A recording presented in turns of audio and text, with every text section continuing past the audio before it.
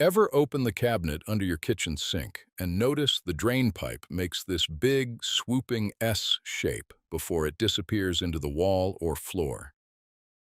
Most folks never think twice about it, but I'll tell you, that little curve of pipe is actually banned in every modern plumbing code in America, and for a very good reason.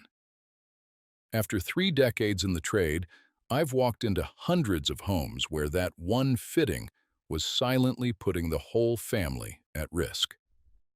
Today, I'm walking you through 10 things every homeowner needs to understand about S-traps, including a retrofit solution at number 8 that most people have never heard of. And stick around for the bonus tip at the end. The first thing we need to get straight is what an S-trap actually is and how it differs from a P-trap. Now, if you get down on your hands and knees and look under most sinks, you're going to see a curved section of pipe that holds water. That water sitting in the curve is your trap seal, and its whole job is to block sewer gas from coming up through the drain and into your living space. On a P-trap, the pipe comes down from the sink drain, curves into a U shape, and then goes horizontally into the wall where it connects to the drain line and, critically, to a vent. The shape from the side looks roughly like the letter P laying on its back. An S-trap looks different. The pipe comes down, makes that same U-curve, but then, instead of going sideways into the wall, it turns straight back downward into the floor. From the side, it looks like the letter S. That downward turn after the curve is the whole problem, and everything I'm about to explain comes back to that one detail. Both traps hold water. Both traps fit under a sink, but only one of them is allowed in code-compliant plumbing, and understanding why is the entire point of today's video. The second item on our list is the real danger behind every S-trap, and that is the siphoning of the trap seal dry. Here's the thing. When you drain a sink with an S-trap, the water rushes down through that U-curve and then continues falling straight down into the vertical pipe below. That falling column of water acts like a piston. It creates a vacuum behind it, and that vacuum literally sucks the standing water right out of the trap curve. Plumbers call this self-siphoning. Picture drinking through a straw. Once the liquid starts flowing downhill with enough momentum, it pulls everything behind it along for the ride. In a P-trap, this cannot happen the same way because the horizontal arm connects to a vent that lets air in behind the water, breaking that suction. But an S-trap has no place for air to enter. So every single time you drain the sink, there is a chance that the trap seal gets partially or completely sucked away. Sometimes you'll hear it. You drain the sink, and right at the end, you hear a gurgling, slurping sound. That gurgle is air finally rushing in after the water has already been pulled out of the trap. That sound is not normal. That sound means your trap seal just got compromised. And what comes next is the part that should concern you. The third thing every homeowner needs to understand is what sewer gas actually contains and why a lost trap seal is a genuine health concern. Most people hear sewer gas and think it just means a bad smell. And yes, it does smell terrible. That rotten egg odor is hydrogen sulfide, and even in small concentrations, it can cause headaches, nausea, dizziness, and irritation of your eyes and throat. But hydrogen sulfide is not the only thing coming up that pipe. Sewer gas is a mixture. It contains methane, which is flammable, and in enclosed spaces can build to dangerous levels. It contains ammonia. It can carry airborne bacteria and other biological contaminants from the waistline. Now I want to be clear. A single lost trap seal under one sink is not going to blow up your house. But chronic exposure to low levels of sewer gas, especially in a small bathroom or a kitchen with poor ventilation, is a real health issue. I've walked into older homes where the homeowner complained of a persistent smell they could never track down. And 9 times out of 10, it was a dried out or siphoned trap. Between you and me, the nose knows. If something smells wrong near a drain, something is wrong, and the trap seal is where you start looking. By the way, if you're finding this advice helpful, do me a small favor and hit that subscribe button down below. I put out new videos like this one every week, walking you through repairs that'll save you a small fortune in plumber bills. Subscribing is free, and it's the best way to make sure you don't miss the next one. All right, let's continue. The fourth topic we need to cover is how a P-trap solves the siphoning problem, and it comes down to one simple thing: a vent connection. Remember that horizontal arm on a P-trap, the piece that goes sideways into the wall after the U-curve? That horizontal run connects to the drain line, and somewhere downstream, usually within a few feet, it ties into a vent pipe that runs up through the roof.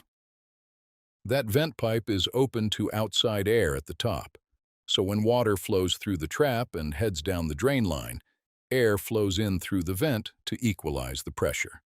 No vacuum forms, no suction. The trap seal stays right where it belongs, sitting in that U-curve full of water, doing its one job. The P-trap is not a more complicated piece of pipe. It is not more expensive. It is just oriented differently so that a vent can do its work. That is the elegance of it.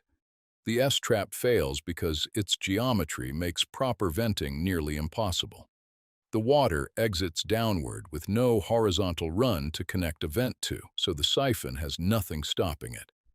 I've seen guys try to add vents to S-traps in creative ways over the years, and I'll tell you, none of them work reliably. The code writers figured this out a long time ago, and the P-trap became the standard for good reason. The fifth item on our list is the role of the vent stack in protecting every single trap in your house. Now listen, this is where a lot of homeowners start to see the bigger picture. Your house does not just have one vent pipe, it has an entire vent system, sometimes called the DWV system, which stands for drain, waste, and vent. Every fixture in your house, every sink, every toilet, every shower is supposed to be connected to this vent system. The main vent stack usually runs vertically from the lowest drain line all the way up and out through the roof. You can see it if you go outside and look up. That pipe sticking out of your roof is not decorative. It is the reason your drains work properly and your trap seals stay intact. When any fixture drains water, the vent allows air to flow in and prevent pressure changes in the system. Without adequate venting, you get slow drains, gurgling sounds, and yes, siphoned traps. The S-trap is essentially an unvented trap by design. It cannot participate in the vent system the way it needs to, and that is why the code does not just recommend against it. The code prohibits it. Every modern plumbing code in this country requires that every fixture trap be vented, and an S-trap makes that requirement functionally impossible to meet. The sixth point I want to walk you through is when the S-trap ban actually happened and which codes enforce it. This was not some overnight decision. Plumbing codes in America evolved over decades. The two main model codes that most jurisdictions adopt are the Uniform Plumbing Code, often called the UPC, and the International Plumbing Code, the IPC. Both of these codes have prohibited S-traps for many years. The UPC has been clear about this since its earlier editions, going back to the mid-20th century in various forms, and the IPC carried the same prohibition forward. Now here's the thing. Plumbing codes are adopted at the state and local level, so the exact year the ban took effect depends on where you live and when your local jurisdiction updated its code. Some rural areas were slower to adopt.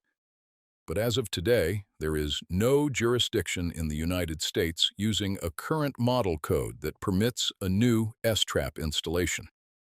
If a plumber installs one today, it will fail inspection. Period. I've seen it happen.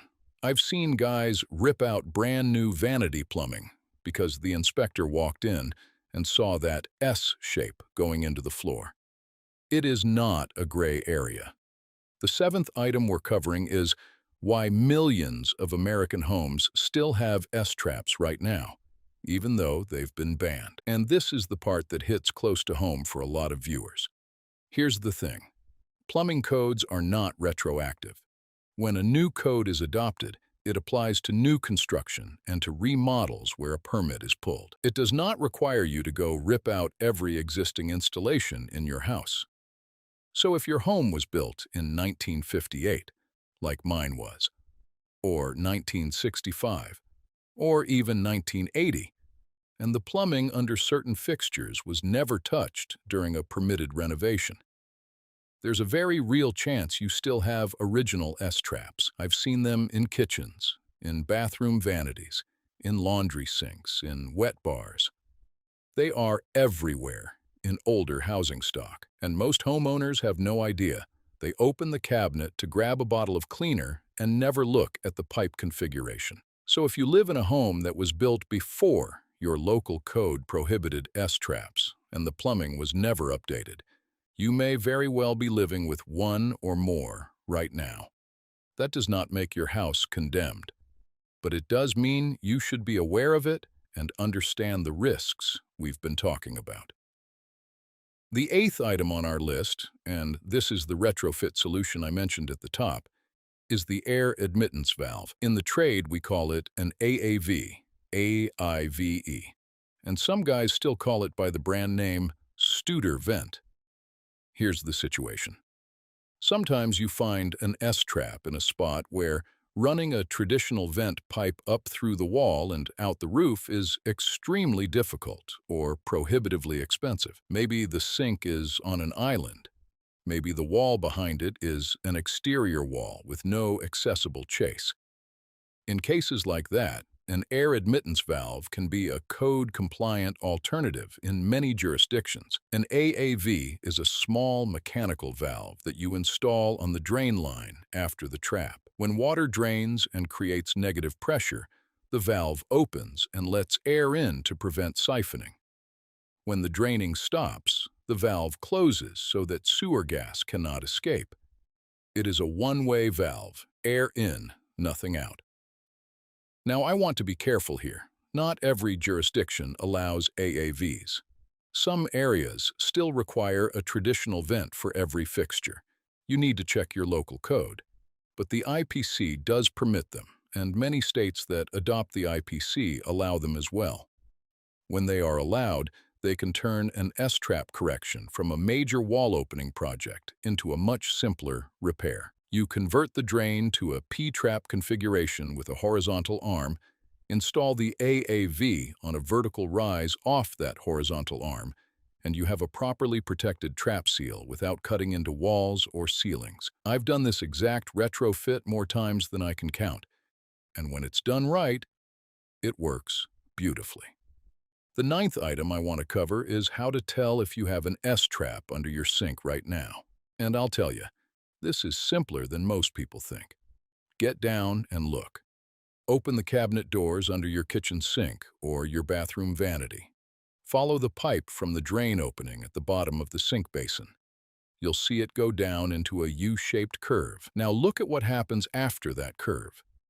If the pipe turns horizontally and goes into the wall, you have a P-trap.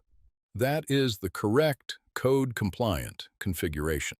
If the pipe turns downward after the curve and goes into the floor or down into the base of the cabinet and through the floor, you have an S-trap.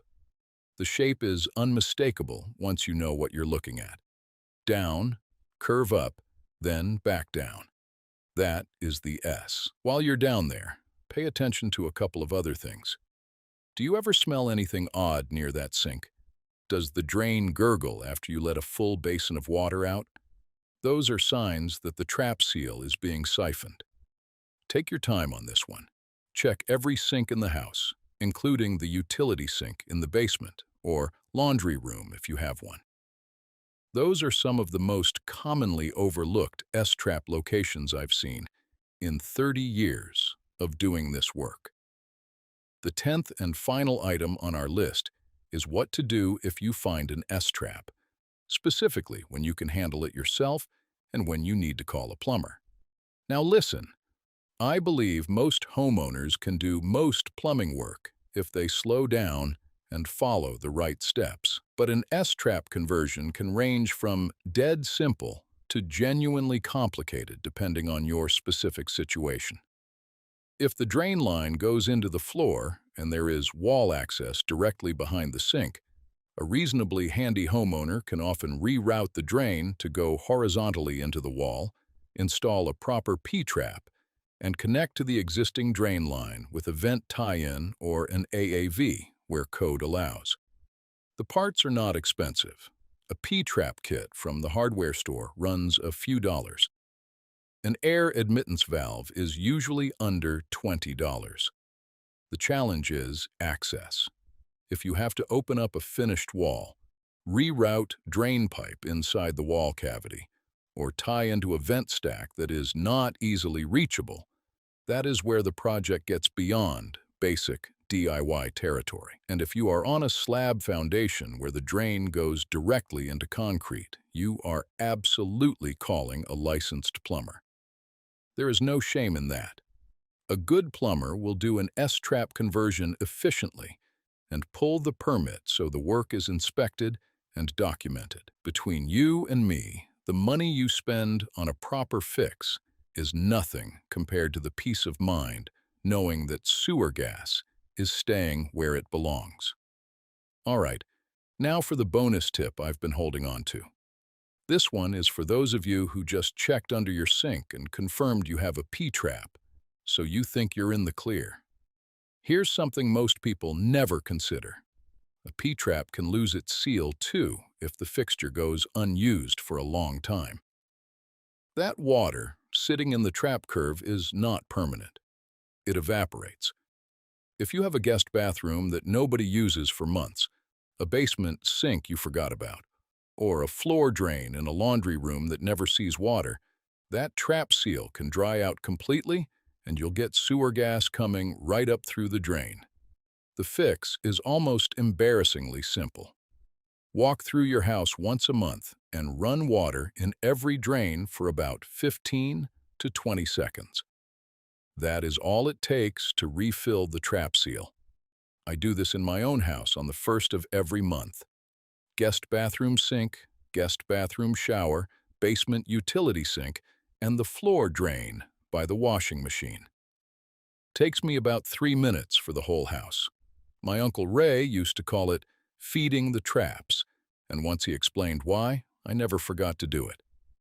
A dry trap is an open pipe straight to the sewer, and all it takes to prevent it is a few seconds of water. That's how my Uncle Ray taught me, and that's how I'm teaching you.